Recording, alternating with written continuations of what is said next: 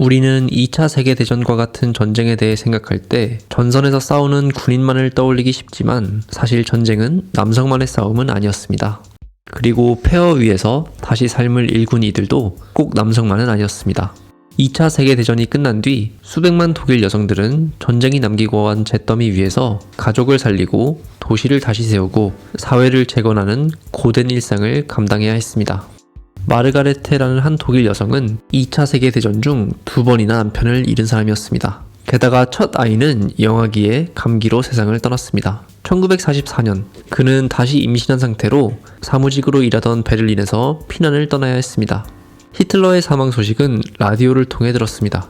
그날 나는 내 모든 이상이 무너져 내리는 것을 느꼈다. 이제 전쟁에서 패배했다는 사실을 인정할 수밖에 없었고 모든 희생이 헛되었다는 것을 받아들여야 했다 라고 그는 이 순간을 기억했습니다. 그는 생후 1년 된 딸과 함께 다시 베를린으로 돌아가기 시작했고 일부 구간은 화물열차로 일부는 도보로 이동했습니다. 하지만 예전의 집으로는 다시 돌아갈 수 없었습니다.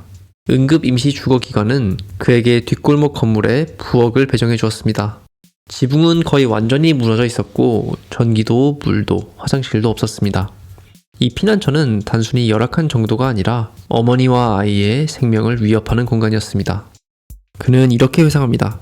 큰 비가 내리자 주변에서 주운 물건들을 여기저기 세워야 했고 매트리스도 이불도 없는 단순한 침대 프레임 위에서 흠뻑 젖었다. 딸은 유모차에 태워 그나마 남은 지붕 조각 아래에 둘 수밖에 없었다. 여성들은 폭격이 쏟아지는 동안 방공호에 몸을 숨긴 채 아이들을 달래고 무너진 폐허 속에서 남은 살림살이를 끄집어냈으며 빈 배를 안고 시골로 먹을 것을 구하러 다녔습니다. 전쟁이 끝난 후 독일에서는 전체 인구의 60%가 여성이었습니다. 1946년 함부르크에서는 20세에서 25세 사이 여성 160명당 남성은 고작 100명에 불과했습니다. 우리 어머니는 전쟁 전에는 세탁소에서 일했는데 전쟁이 진행되자 우체국에서 일하기 시작했다. 세탁소 일에는 사무직 배급표밖에 나오지 않았기 때문이다. 그러나 물자가 부족한 시기에는 노동자 배급표가 훨씬 더 중요했다. 세탁소에서 일하는 한 동료가 가끔 우리를 집으로 초대해주곤 했다. 그 사람도 2딸을 둔 남자 없는 가정이었다. 어머니는 종종 밤에 일을 하셔야 했는데 낮에는 전기가 끊겼다. 1933년생으로 전후 베를린에서 성장한 한 여성은 이렇게 회고했습니다. 그의 어머니처럼 많은 여성이 남성 없이 일상생활을 꾸려나가야 했습니다. 아이를 돌보는 것은 물론 무너진 건물을 치우고 밥을 하고 청소와 빨래를 해야 했습니다. 동시에 트럭을 몰고 건설 크레인을 조작하기도 했습니다. 그들은 지붕공이나 벽돌공 같은 일도 해냈습니다. 전쟁이 끝난 직후의 상황에서 남성과 여성의 일이 따로 없었습니다. 남성이 부족한 상황에서 여성들은 기존에 하지 않았던 모든 일을 해내야 했습니다. 한 저명한 역사학자는 다음과 같이 정리했습니다. 폐허를 정리한 여성이라는 새로운 여성상은 성 역할의 근본적인 전환을 상징하는 존재가 되었다. 전쟁 이전에 쾰른에서 배우로 활동하던 한 여성은 더 이상 무대에 설 수 없었습니다. 전쟁이 끝난 뒤 미군이 진입하면서 그들의 가족이 살던 멀쩡하고 잘 관리된 집을 미군이 접수했고 하루아침에 거리로 내쫓긴 것입니다. 처음에는 수십 명의 다른 노숙자들과 함께 지하실 임시 거처에서 생활했고 이후에는 오빠 가족과 아버지와 함께 좁은 아파트에 들어가 살았습니다. 1946년 9월 그녀는 42살의 나이에 건설 현장에 보조 노동자로 일을 시작했습니다. 그때 나는 폐허로 뒤덮인 쾰른을 내려다보며 완전히 다른 세상에 있는 듯한 기분이 들었다. 그 당시에 쾰른이 다시 재건될 수 있으리라고는, 특히 내가 그 과정에 참여하게 되리라고는 전혀 믿지 못했다. 그 사람들이 내게 벽돌을 빠르고 제대로 다듬는 법을 가르쳐줬다. 그런데 그 일은 아무래도 나와 잘 맞지는 않았다. 그래서 나는 차라리 벽돌을 다루는 손수레를 밀고 싶다고 말했다. 그 손수레들은 벽돌로 꽉 차 있었는데 앞에서는 두 여성이 어깨에 가죽끈을 걸고 끌었고 뒤에서는 두 여성이 밀었다. 정말 죽을 만큼 힘든 일이었다. 이런 이미지 때문에 오늘날까지도 폐허를 정리한 여성의 상은 전후 독일 재건의 상징으로 여겨집니다. 이 여성들은 뒤를 돌아보지 않고 불평 한마디 없이 손으로 독일을 다시 세운 이들로 기억되곤 합니다. 전쟁이 막 끝났을 무렵 이 용감한 여성들은 마치 자발적이고 당당하게 곧바로 재건 작업에 나선 듯 보였습니다. 그러나 이런 상징적인 이미지와 실제 역사 속의 현실을 구분할 필요는 있습니다. 1945년 이후 여성들이 얼마나 큰 고통을 겪었고 자신과 가족을 살리기 위해 얼마나 많은 일을 해냈는지를 감안하더라도 이 거대한 잔해를 실제로 여성들이 정리한 양은 극히 일부에 불과했습니다. 한 역사학자는 다음과 같이 분석합니다. 전쟁으로 생긴 막대한 양의 잔해를 주로 여성들이 손과 양동이로 옮겼다는 통념은 당시의 실정을 고려할 때 성립할 수 없는 이야기입니다.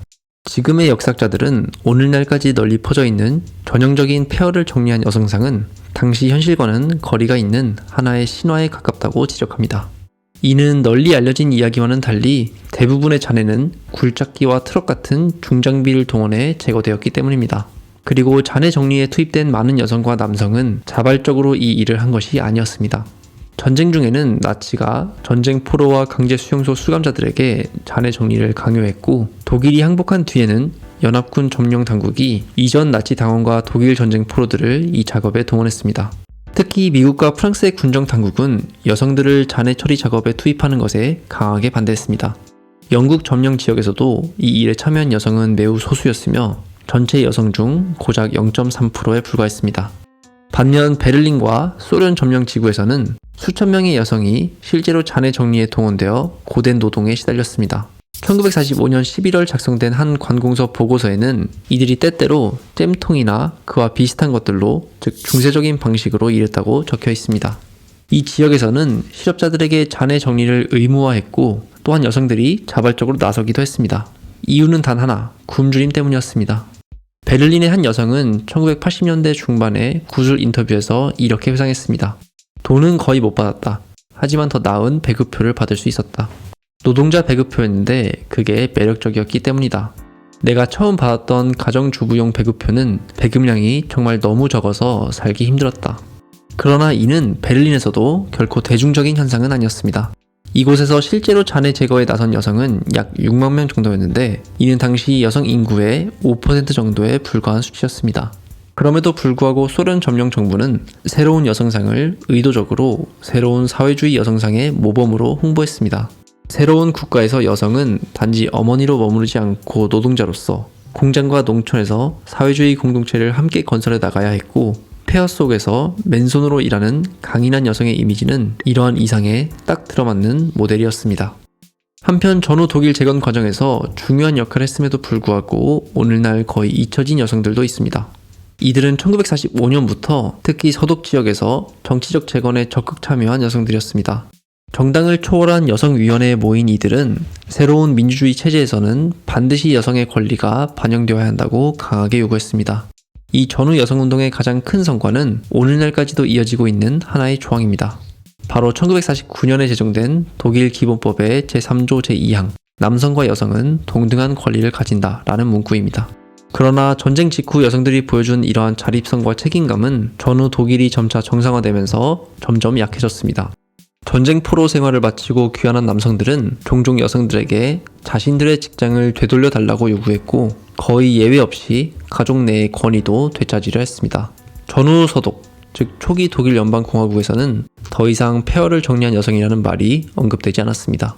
그 시기에 이상적인 여성상은 전장에서 돌아온 남편을 뒷바라지하는 주부로 다시 탈바꿈했습니다.